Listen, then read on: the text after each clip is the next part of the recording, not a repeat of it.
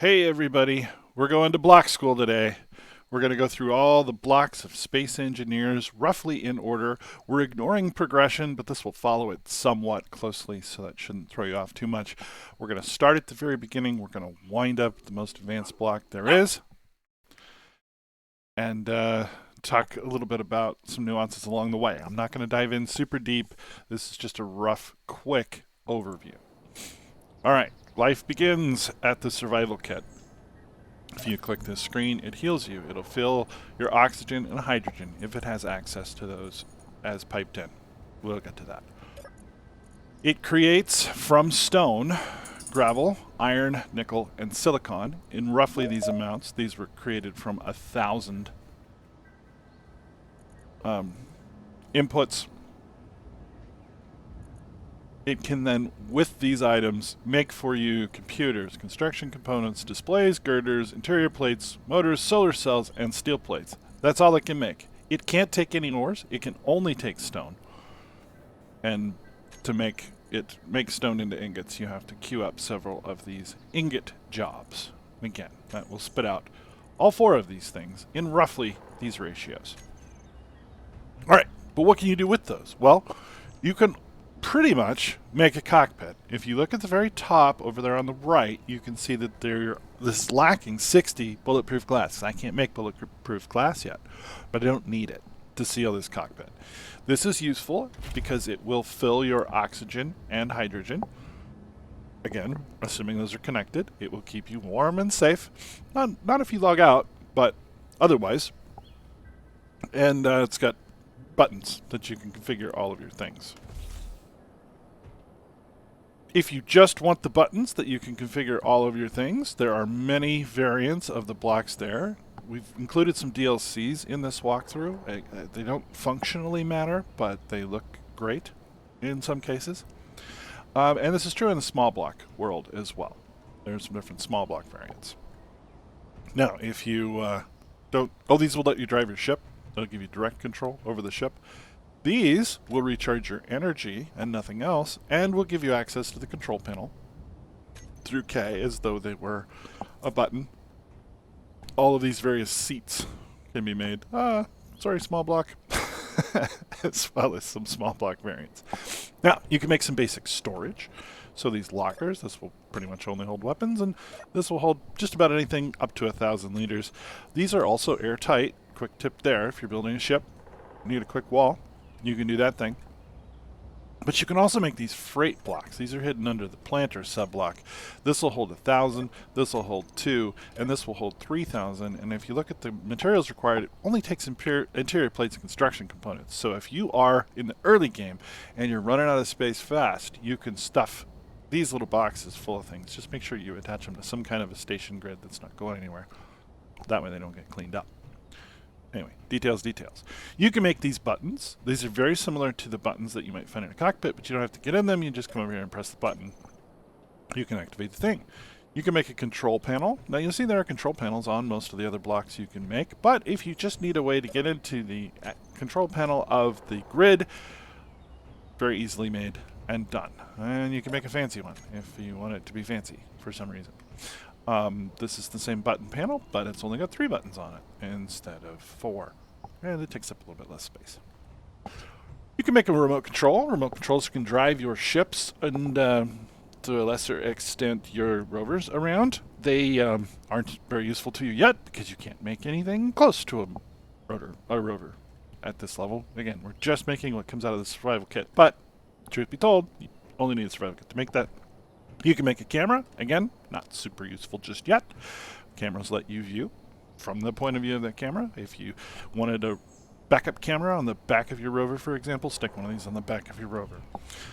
You can make a timer block. Timer blocks essentially push buttons based on inputs. You can have many pages of buttons pushed. You can do the same action multiple times if you spread it across multiple pages. All kinds of advanced ways you can do timer blocks. But basically, you start it. It counts down, it clicks the button.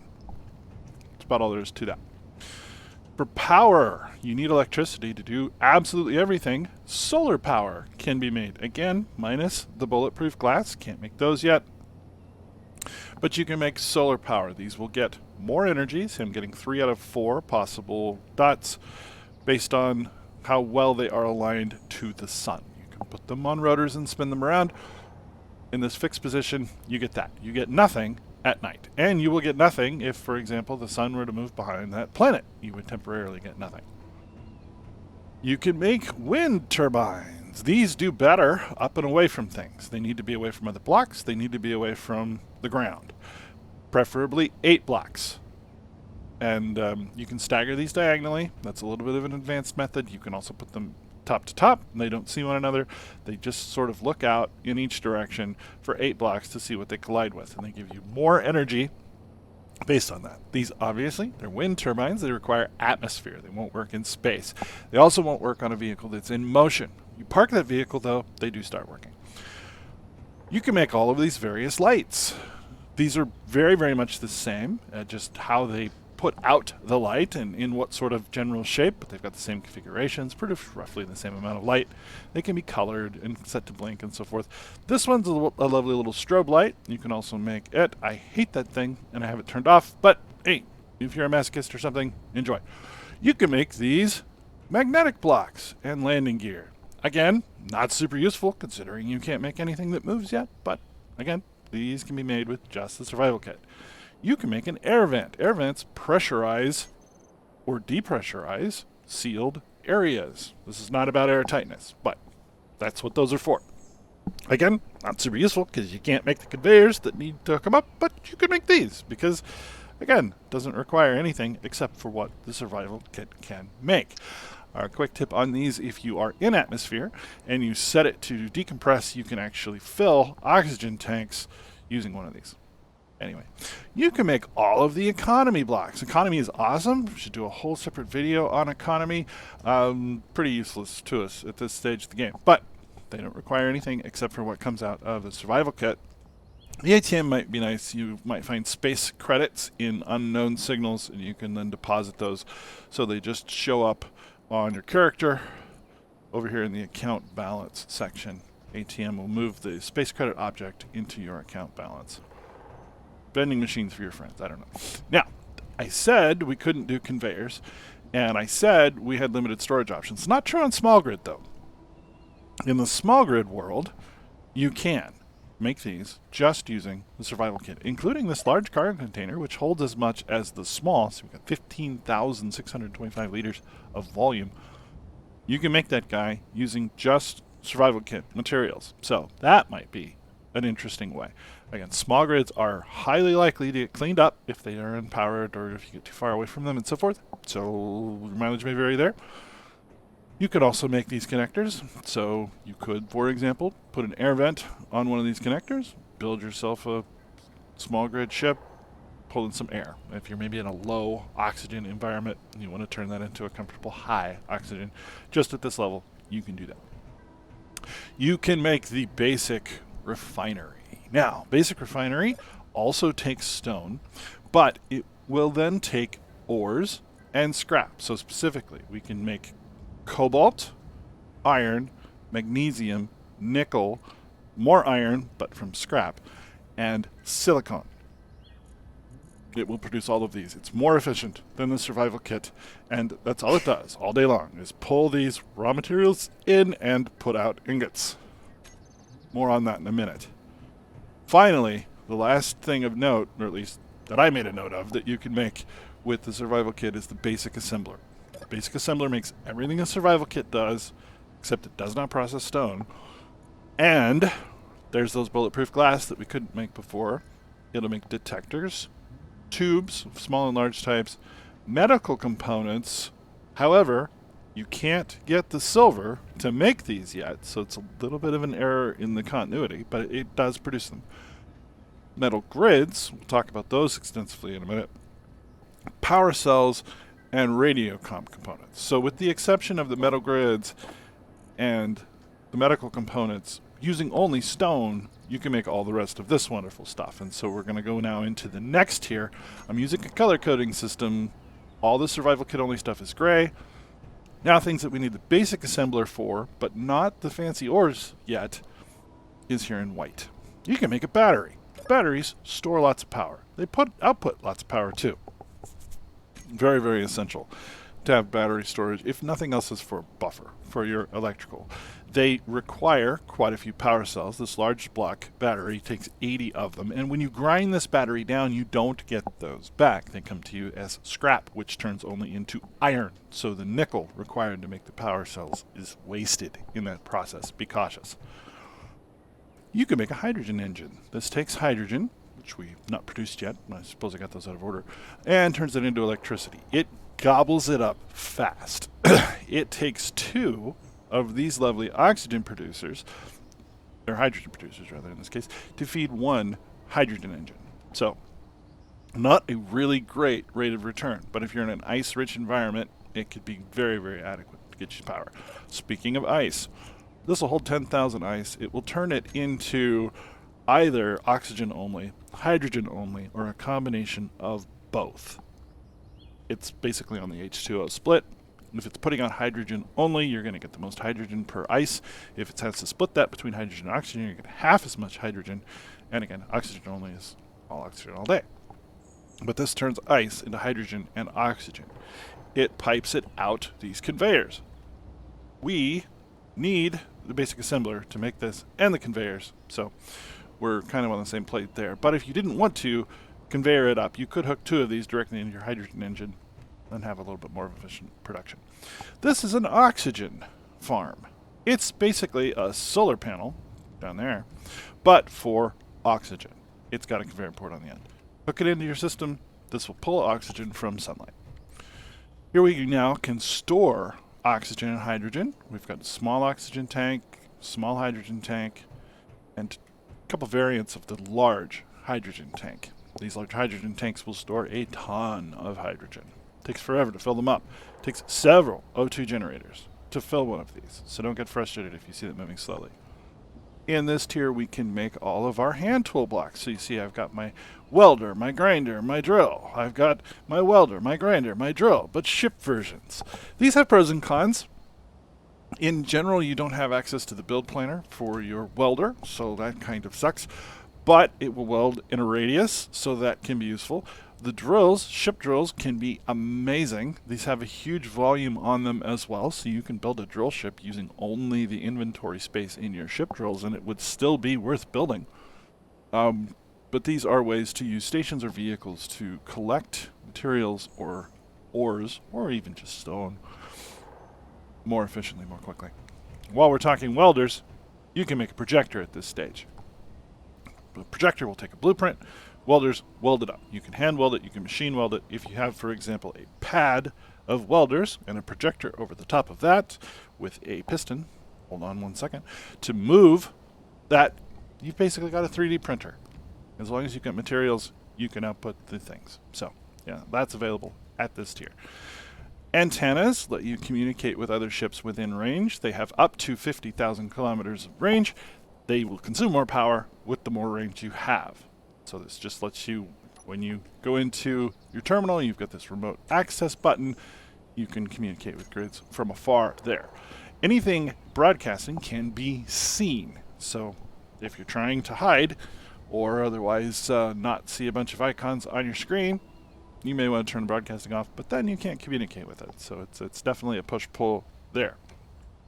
Beacons only show location. They're useful for jump drives, but that's about it. So this will let you people within a very large range, depending on the power applied, see the location of this item. Programmable blocks can basically provide script interface. You come in here, you copy paste scripts, you can get them from the workshop, you can write your own, and it will do all sorts of lovely API things. That is the only functionality of this block, so if you don't have access to scripting, you can't really use it. It's just decorative at that point, but it can be made at this tier. Sensors detect things in front of them, players, other ships, and so on, and then they press a button, very much like an automated button panel, but when thing comes in front of sensor, then push button. We can kind of get into some of the defensive blocks here. We can make our decoy and our interior turret, and I'm happy to say we can make the ammunition that the interior turret needs as well. So, These are not conveyored. You have to manually come in here and access their inventory to keep them stocked up with bullets. It takes the same ammunition you put in your rifle. It can be very effective defense. Even PvPers with great deal of experience will put these on as point defense for missiles and such. So yeah, early access to an effective turret. You can build the turret controller as well. This is super advanced for this level, and I'm not quite sure why it's here in the progression. You could use it to make a drill arm or a crane or something, but we don't have access to any of the good turret-y stuff just yet. We will very soon. You can make a parachute hatch, which will help you from a fall. You can make wheels, all sizes. They get very, very big. You can make connectors, which connect between other connectors, connector to connector, link up. You can make conveyors, including sorters. This is a collector. It sucks things in. The connector can be configured to spit things out as well. So you could do, manual, voxel, or device transport that way. The conveyors come in different shapes. We've got tubes and so forth. The only way to get the plus sign is with this conveyor. This one is the only one that's airtight in every direction, and it's the only way to go in 3 different 90-degree turns. It is somewhat discouraged to use this conveyor everywhere because it is believed to cause server performance issues. The jury's somewhat out on that, but it's preferable to use the right shape of conveyor for what you need. But again, this is the only one that's airtight in every direction, and it's the only way to do 3 different right angles. Now, these are conveyors that move. This is an advanced rotor. Technically, it's another grid at the other end of it, but you can hook through here, and it's got a conveyor port on it, and things will move through. This piston, usually used with drills, by the way, extends up 10 meters out. Got conveyor ports, moves things through. This is a hinge. It's like the rotor, but it only moves in the one direction. Very, very similar idea. Now, this is a regular old rotor, not advanced, because it does not have a conveyor port on it. You can use it to spin things that don't move items between them. This is a merge block. It links 2 grids together. They will be temporarily linked so long as no other blocks link them together. So if I were to merge this block to another merge block and then build blocks across, well, that's now the same grid forever and ever, amen, can't be unhooked. But if you don't do that, if you have no blocks around here that can merge with the other grid, then turning the merge block on and off will disconnect the 2 grids. So sort of use detachable tools and such. You just then wouldn't have conveyors. You could use hinges for that. Anyway, big lights, spotlight, or the searchlight, which is basically a spotlight on a turret. We can do doors, great for getting in and out of places with airtightness. We can make a bed. Now, a bed lets you log out of a server and not get killed. Otherwise, if you're just standing around and you log out, your character will die. You'll have to spawn in at a spawn point, which, by the way, the survival kit is. Forgot to mention that. But yeah, the bed, hooray. Okay. Toilets are basically seats. They charge your energy. A lot of people reviewing ships will say, oh, you gotta have a toilet. I don't know. There it is. You can make it at this stage. You could make the seats before the survival kit stage, but you can make toilets because they need piping for some reason. On the small grid, we've got a few exceptions to what I've just said. So there's an ejector, similar to the connector. All it does is eject. Great for mining ships.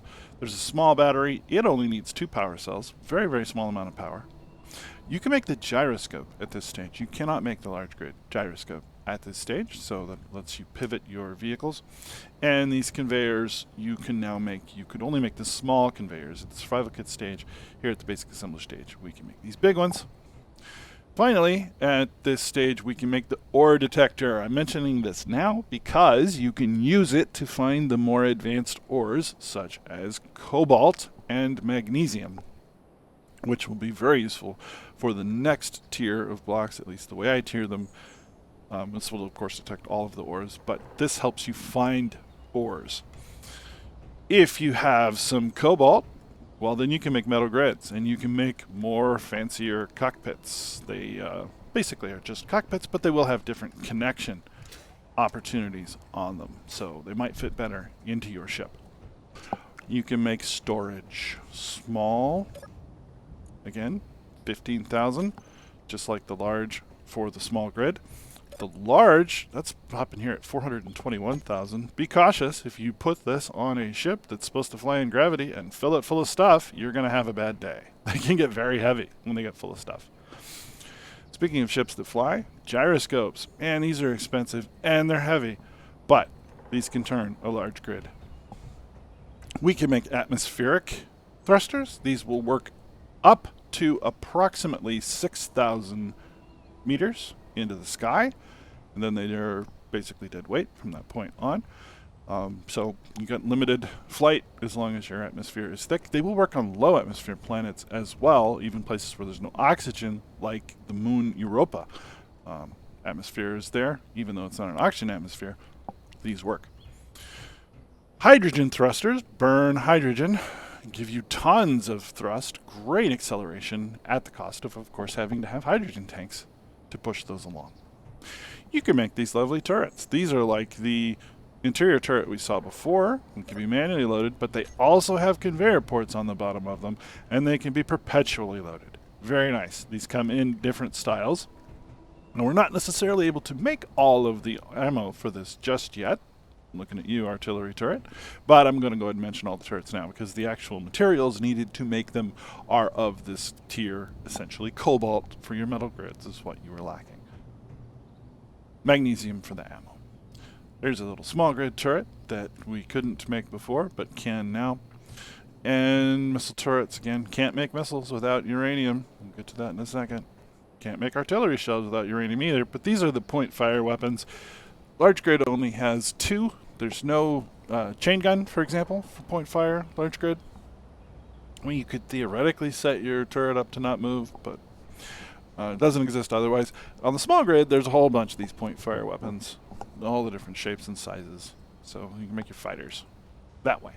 Now, here comes the big refiner. We've got regular old style and the fancy Spanish style. You can walk on the fancy Spanish style. Whoa, it's nice. Yeah, it's definitely nice. It's got this wonderful greeble on it as well. These are upgradable. So this is now the first time we're seeing this upgrade. We've got the speed module, which makes the thing go faster. Power module makes it use less power. And yield module makes it give out just a little bit more.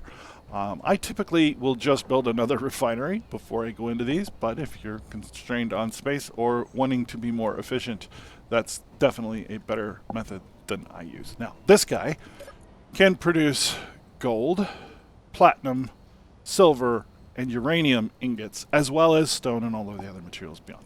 But these 4 items can be then fed into the assembler to make more things. Hold one thought. Remember I mentioned silver before? Well, now that we can process silver, we can make medical components. We can make another survival kit now that we have access to medical components. We can make this medical room, which is basically like a great big survival kit in terms of healing. It also lets you customize your character, so you can come and do that here on this end of it. It does not, however, process stone or make anything. It's a spawn point, it's a heal spot, it lets you customize your character. That's all it does. So, no production capabilities.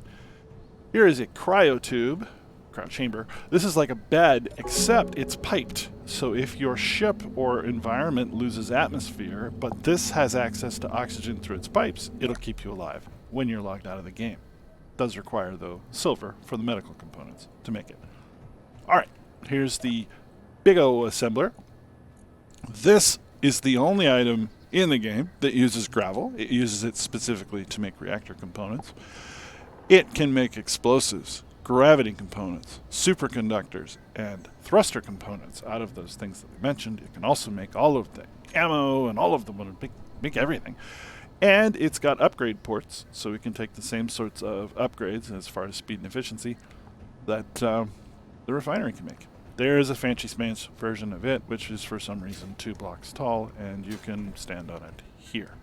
Not sure why that exists, but that does exist. Anyway, with access to those, we're now on to our final tier, We're going to do a quick rundown of these. This is the laser antenna. It's invisible. It does not leave a beacon. It also has no limit to the amount of range. You can go forever, so long as you have line of sight and enough power to push it.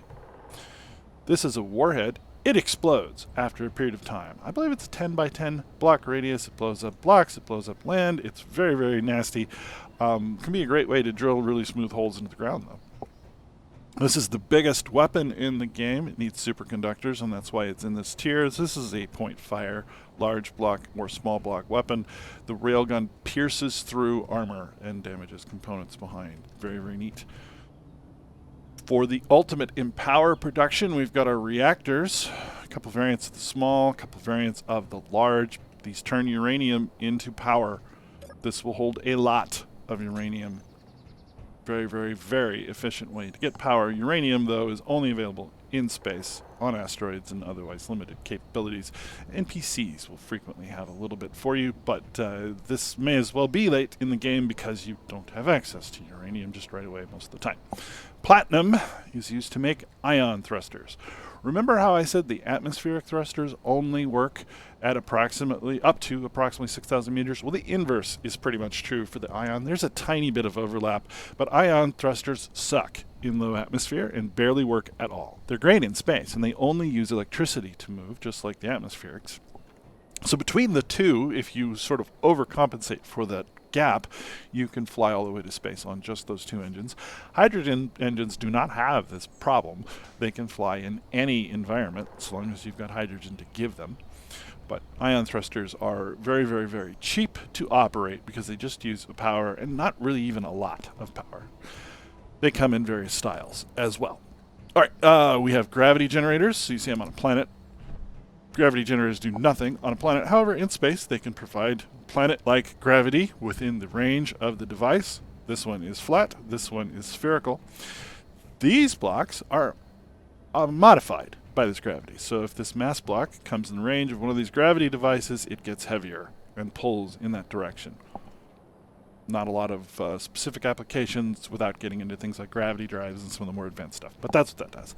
This is a safe zone, super expensive block to make. It also requires zone chips to operate, and it will keep an area around it relatively safe. There are still some things you can do to evade the protection of this safe zone, so not as popular perhaps as it could have been when it was first introduced, but that is what a safe zone block does. It sort of puts a bubble around you, and if you play the economy part of the game, you'll see these round stations, although the kind of round stations are better than the safe zone player-built kinds, but is what it is. And then the king of the advanced blocks is the jump drive. This will instantly move a large grid thousands of kilometers away, depending on how many jump drives you have and how... well, basically how many jump drives you have, because they don't work unless they're fully charged. They take a ton of battery power, 32 megawatts for max required input. They store 3 megawatt hours. When they are fully charged, they will jump you. They sort of charge up, spin up, and boost you forward. They can't go into gravity. They can't go through solid objects, so you have to somewhat be smart about where you're jumping to, but they can also jump directly to a beacon. So that can be handy. That's it for Block School. I'm sure we didn't talk about any armor blocks, and we've overlooked some windows and some other things, but for the most part, that's the progression. You start with the survival kit, and you can make tons of things. Then you move to the basic assembler. You can make tons more. Or you can then start getting into the metal grids, which unlock all of the best technologies. And then finally, with silver, platinum, gold, and uranium, you can use these. That's it for Block School. Let me know if you have any questions.